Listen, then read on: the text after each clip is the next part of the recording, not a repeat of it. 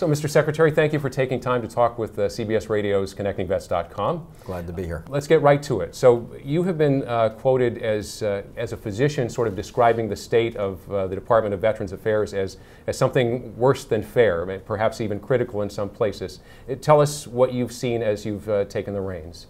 Well, I think that this is a very critical time for the Department of Veterans Administration, having gone through what was our crisis in 2014 in clinical terms, a near-death experience. We're working our way out of that, but during that time we have to watch the system very closely, what I call intensive care, intensive monitoring, while we make sure that we really are making progress and heading in the right direction. Are most of the problems that you've seen in the healthcare portion of the service structure of the VA, because the VA does a lot, or does it spread beyond? Well, the majority of activity at VA, if you take a look at the size of our workforce, the size of our budget, is related to healthcare services. But certainly our issues with earning the trust of our veterans, those that are our customers, is not limited to just healthcare. Certainly also being impacted in our disability area and all the services that we provide. We're certainly the one part of our experience here at VA that is probably doing the best and has consistently done the best is our National Cemetery Administration.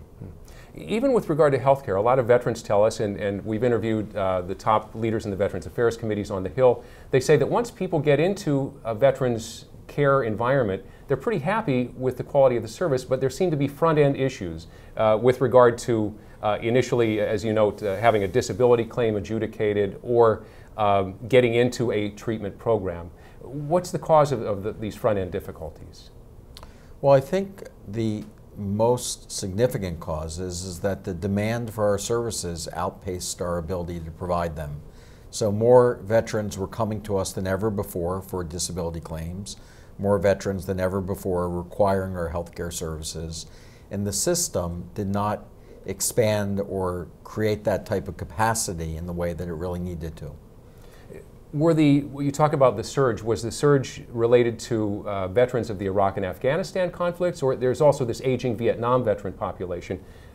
Where did the problem really originate?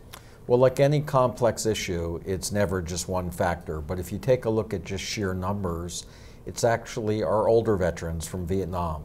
As people get older, I think most people understand they require more healthcare services. And so we've seen that in significant numbers. The average age of a Vietnam veteran now is above 67 years old. And so those Vietnam veterans are coming to us more than ever before. But the younger veterans, those coming out of the most recent conflict, are coming to us not only in significant numbers, but their problems tend to be more complex than we used to see. And it is in relation to the type of conflict we've been fighting, that it's not just the physical injuries of war, but it's also those invisible wounds of war, the emotional injuries that are so complex and that are requiring a great deal of our resources.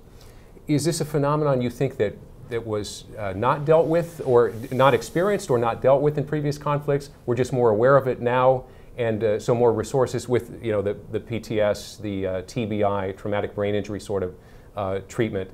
Is it happening more frequently now, I guess I should ask, and then, or are we just understanding it better now? I think that there's no doubt that the stigma of mental health issues and emotional issues is coming down, fortunately. It's about time.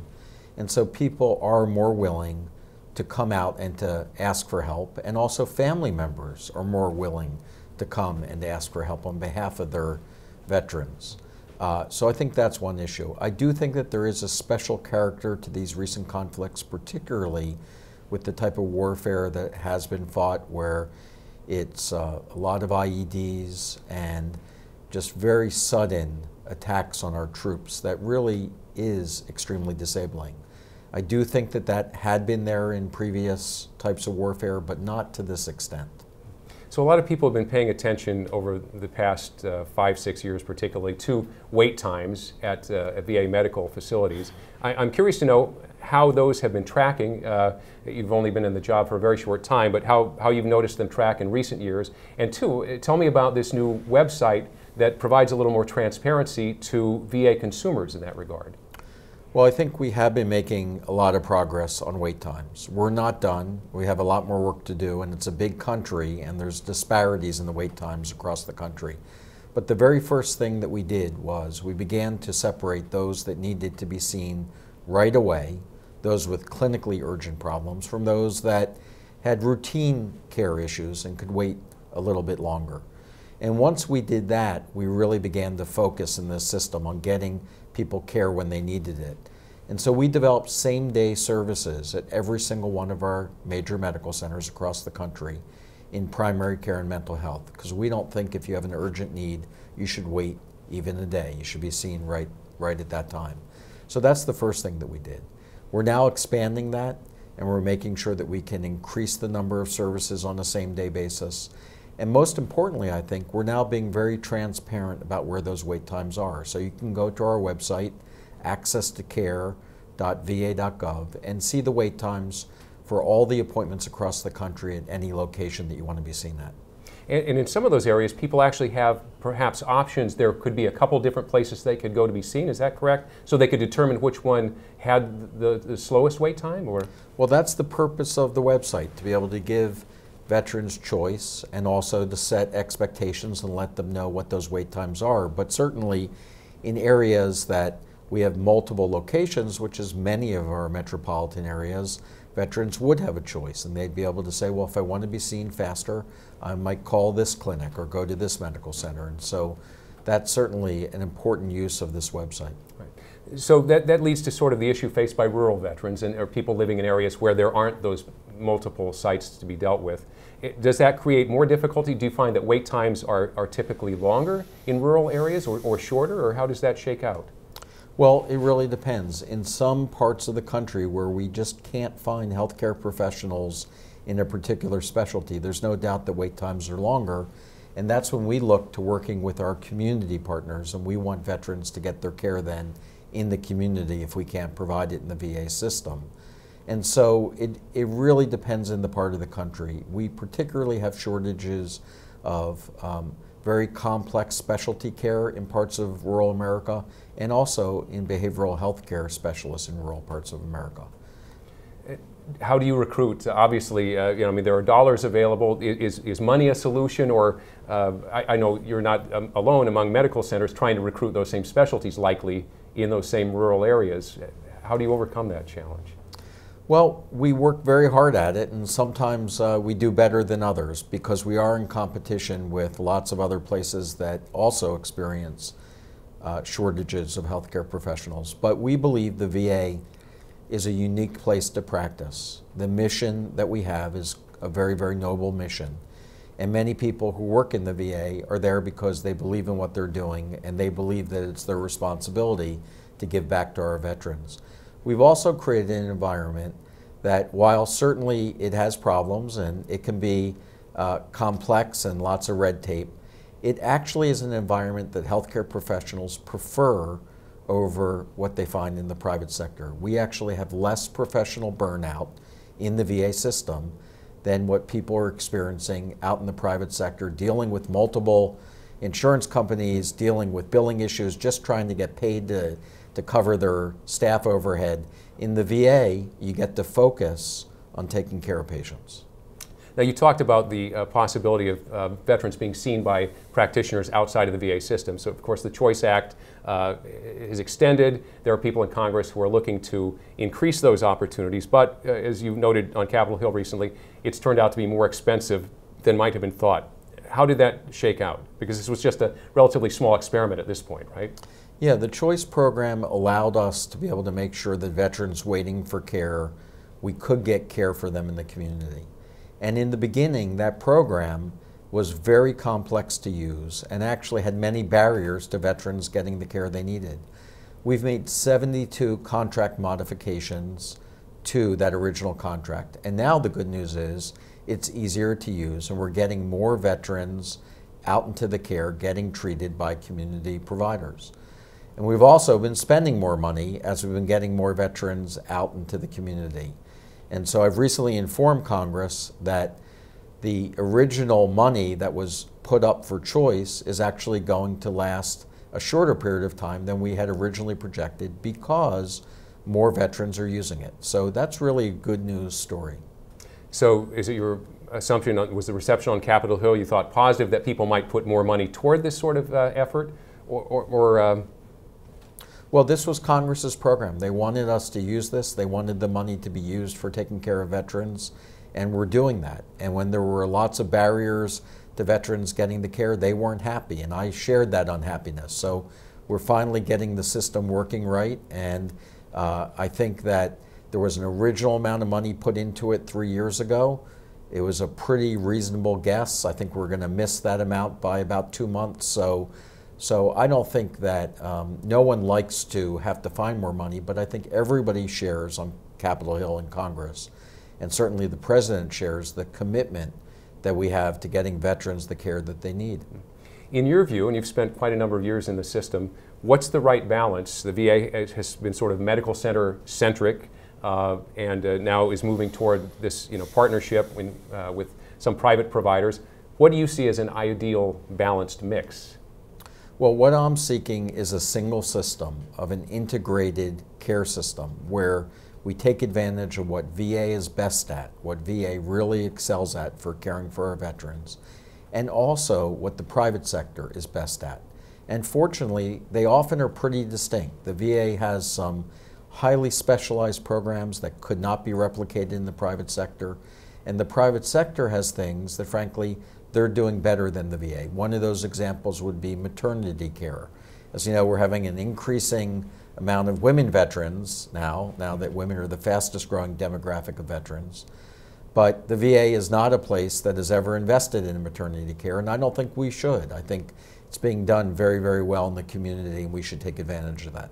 So rather than building gynecological and maternity-related care within the system, go outside. Yes. So when one thinks of what the VA does well internally, of course, dealing with traumatic brain injuries, prosthetics, I'm guessing, what are some of the other high points that you would not want to outsource because the VA does very well right now? Well, spinal cord injury, prosthetics and orthotics, post-traumatic stress disorder, many of the emotional or behavioral health issues related to people's time that they've spent in the military, environmental hazards, our approach towards substance abuse. We're doing really good work on reducing opioids and addictive disorders.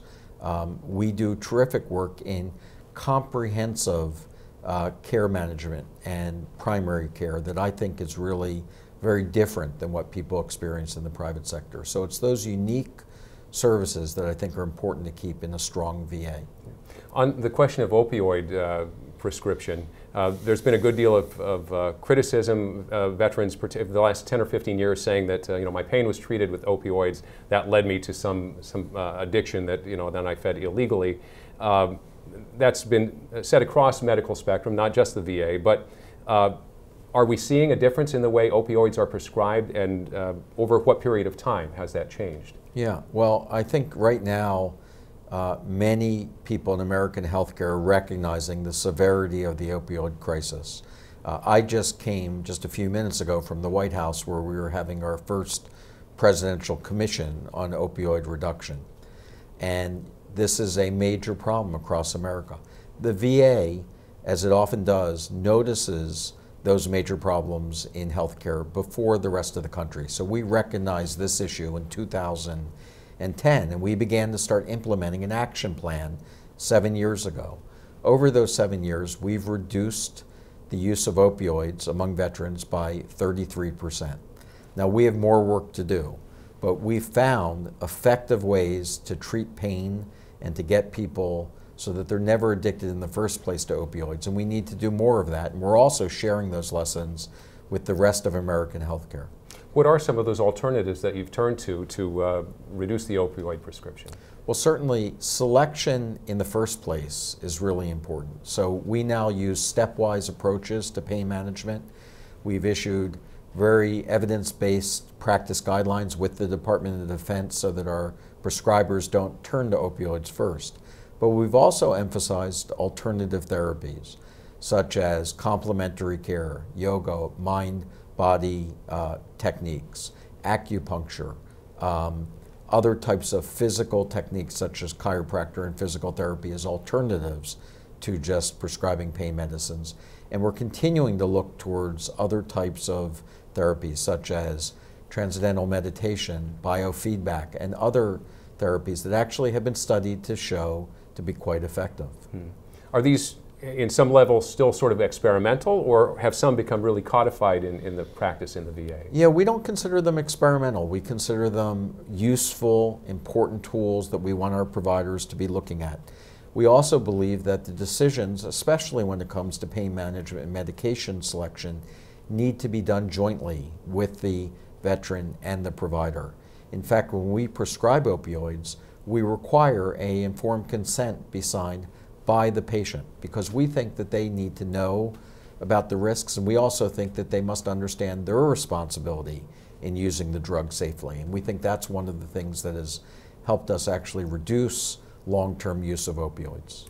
As you look to move money around to address the issues that are emerging and most urgently looked at, there's obviously it's often a zero-sum game. Money comes from someplace else. Right now there's a move afoot, I understand, to reduce in a couple of areas. One is to pull back on some educational benefits and another on something called the unemployability benefit in order to move money. Could you talk about what you're talking about reducing and putting the money toward? Sure. Well, first of all, I think we're talking about how we're planning moving forward in the President's budget for 2018 and 19. And overall, this is a very good budget for veterans. We've seen a significant increase in both our discretionary funding for services and our mandatory funding. So this is a reflection of the President's commitment to improving services for veterans. But within it, that doesn't mean, even though you have a budget that is very supportive, that you shouldn't go back and look at, do our current programs have any opportunity for improvement? So we suggested several current programs that we think could be run differently or run better. One of those was an educational benefit for flight schools. And our benefit for flight schools has been unlimited. And we suggested, to be able to help veterans use their educational benefits across the board, why not limit it to what our other educational benefits are, about $21,000 a year, so cap it. And we think that's a good use because then there'll be more educational benefits for veterans to do other things besides just flight school. In the more traditionally used fashion. In the more traditionally used fashion, yes, okay. Correct. When it came to the benefit on individual unemployability, this was a benefit that clearly is needed and we support. It's a benefit that when a veteran is disabled and can't work, we're providing them income for that unemployment. The issue is that it never stops. It never stops until essentially death. So you have an unemployment benefit that you're paying to veterans who are 80 and 90 years old. And we think that there is a better way to do it. The way that we originally proposed doing it, though, we think can hurt too many veterans. There are veterans who need it and rely upon that it would be withdrawn from the way that we proposed it. So it's a budget process, and we've listened to that, and we're going to look at alternative ways to be able to make the system work better than withdrawing benefits from veterans who rely upon that benefit now. So potentially re-examining patients to see, one, if it's still relevant, and then when they hit a certain age when they likely wouldn't be working anyway, it might go away, or? Well, I think we're still going to continue those discussions. It's a dialogue. You know, that's what a budget is, a process where you figure out how do you get to the right outcome, and we're right in the middle of that now, but we're going to continue to look for ways to be able to make the current resources work better for veterans without harming those who can't afford to have benefits withdrawn. When the Phoenix scandal first came to light, it raised issues in a couple of veins. One had to do with sort of an ethical climate within the VA, and the other was sort of institutional incentives that might have pushed people to do things that maybe they wouldn't have otherwise. With regard to, specifically, there were people who were lying about wait times and on paper making it look as if wait times were being met when they weren't. So I'm wondering, in the time that you've been looking at this, is there an institutional incentive ethics dilemma, or is a question to be addressed? Well, I think a lot of people have spent time reflecting upon why the Phoenix situation happened, and it wasn't just limited to Phoenix. This was a broad issue. And I think it was a culture issue. I think that the culture in the VA at the time was that people didn't want to raise bad news. They didn't want to tell people above them that they didn't have the resources and veterans were waiting too long. So we've really tried to address that head on. One of the ways, as we talked about earlier, was to publish all the times on the website so that there is no opportunity to hide information. But in terms of the ethical character of the organization, we've invested in the last couple of years mostly time and leadership time into training of our leaders and letting them know that leadership has to be principle-based. And our principle is that we're here to treat and take care of this country's veterans, and we're not going to tolerate people who deviate from those principles.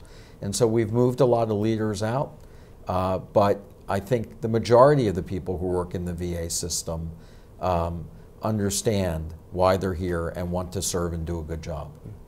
The VA Accountability Act sort of dovetails from that. I'm wondering, it imposes on the VA some accountability standards that it doesn't on other agencies of the government, which sort of begs the question, does the VA require greater accountability than some other government operations? Yeah, I've always been told we don't want to do anything different at the VA. We want to be part of what everybody else in the federal government's doing. And I've said, well, no, not if it doesn't work. And this wasn't working for us. We were keeping leaders who frankly shouldn't be part of this organization. And it's unfortunate, but I came to the conclusion after becoming secretary that I needed more authority to be able to remove people who have lost those values that I think the rest of us really hold dearly. And so I went to Congress, and Congress clearly agreed. I know the President agrees. We're looking forward to the President signing this bill into law very soon, and that will give us additional authorities to make sure that we have the right people leading the organization. Interestingly, people don't talk about this much. The accountability bill also gives us new authorities to hire I only the right learned this people. The other day. It's Yes. interesting. Yes, that's equally important. Removing people that need to go, but getting the right people on board. Both are important. And so what specifically does it offer you in hiring that you wouldn't have had prior? Well, it offers what we call direct hiring authority of our medical center directors and our network directors. That will allow us to get not only people on board faster, but the right people, and to be able to select from a broader pool of applicants than we have had in the past. And that's very senior level talent that you're bringing in that might be brought in then from outside the government. Yes. Okay. There's this new 800, or a new toll-free telephone number that has recently with great fanfare been made available to veterans. How does that differ from what the VA offered before with regard to direct contact? Well, what we released on June 1st was the opening of the White House hotline. So I think that this is the President's commitment to being more directly involved in the oversight of issues that involve veterans. And so we've opened that up and we've had about 3,500 phone calls to date. I've been down there taking phone calls. It's important that we hear directly from our customers about issues, and I know the White House is also interested to know how we're doing. So are you using this as sort of a thermometer, a service thermometer, or directing people to service? How does it differ from, because I know there have been other areas that you could call a VA in your local area. Yeah, we literally get millions and millions of calls. So this is not meant to be the place where everybody should call.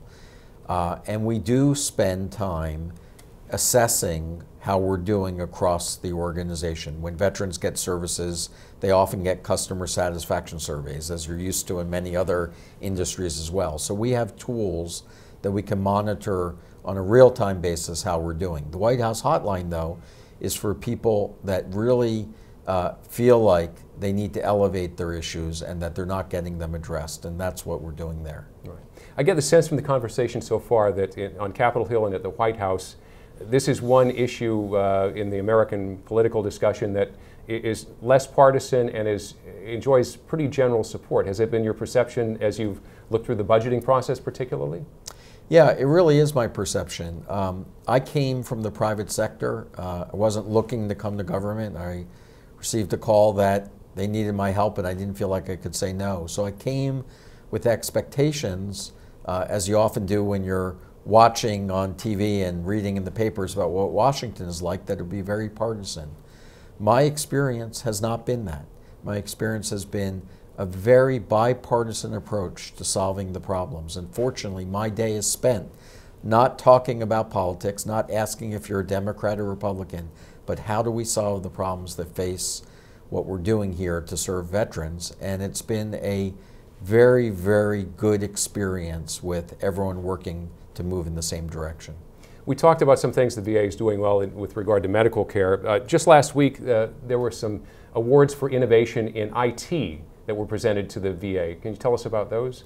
Yeah, well, people may not realize it, but VA is one of the most innovative organizations in the world. In fact, I think we were ranked last year 13th of any organization in the world in innovation when you measure it by the number of patents, research publications, commercial products, and new ideas that are coming out presented into the public forum.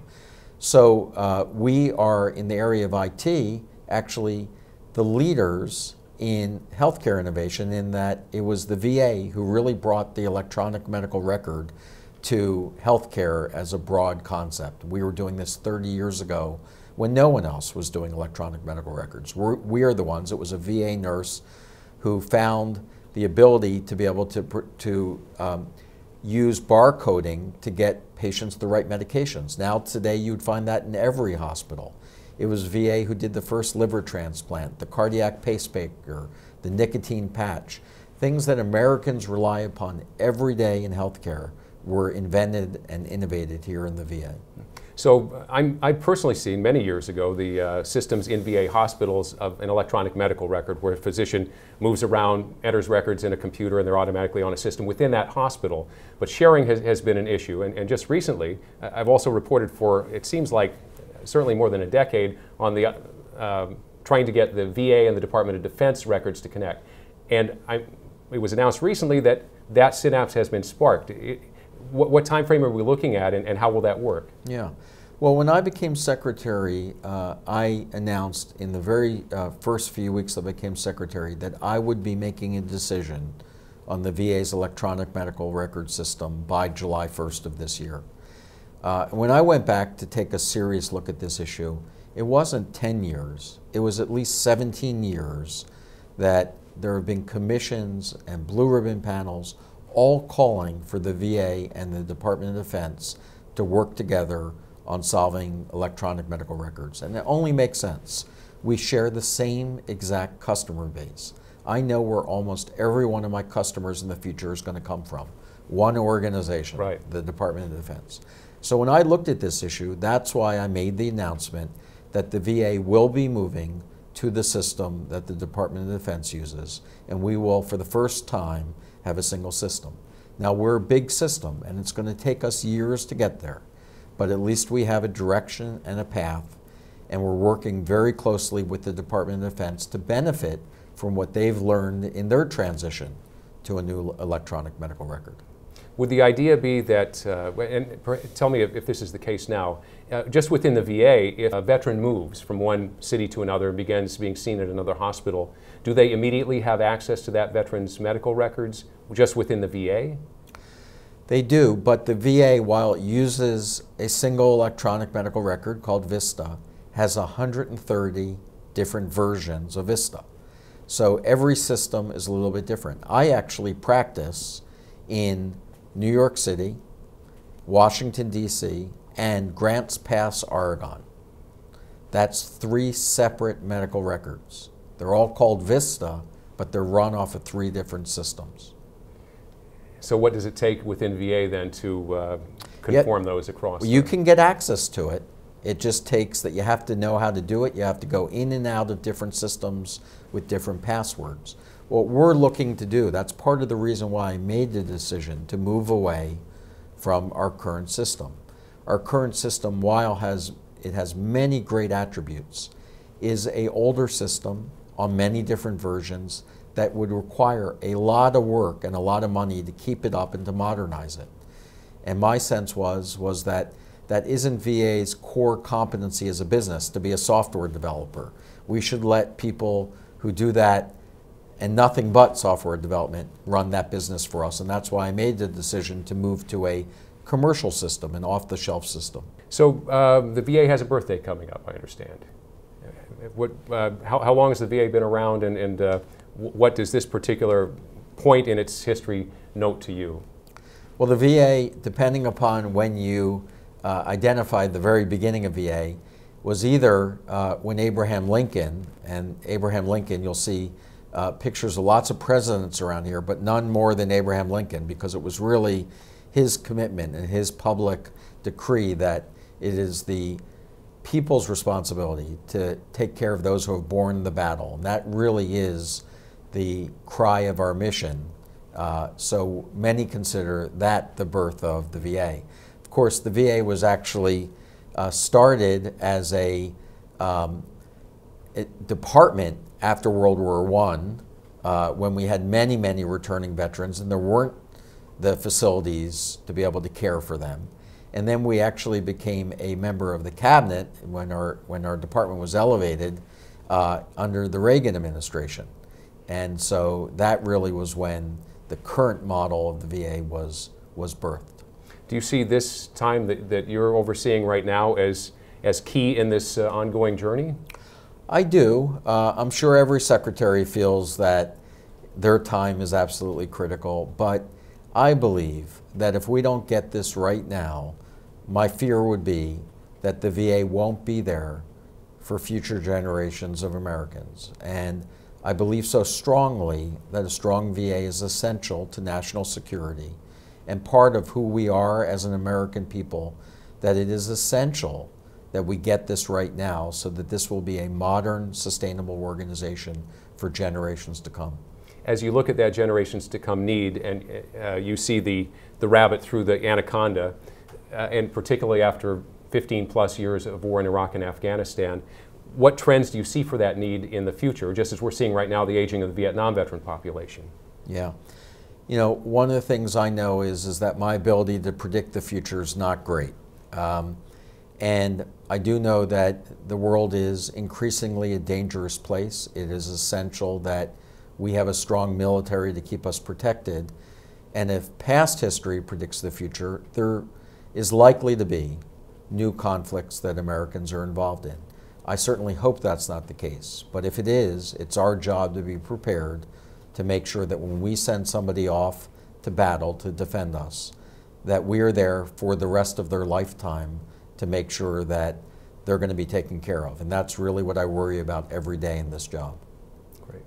Appreciate your time, Mr. Secretary. Thank you very much. Great.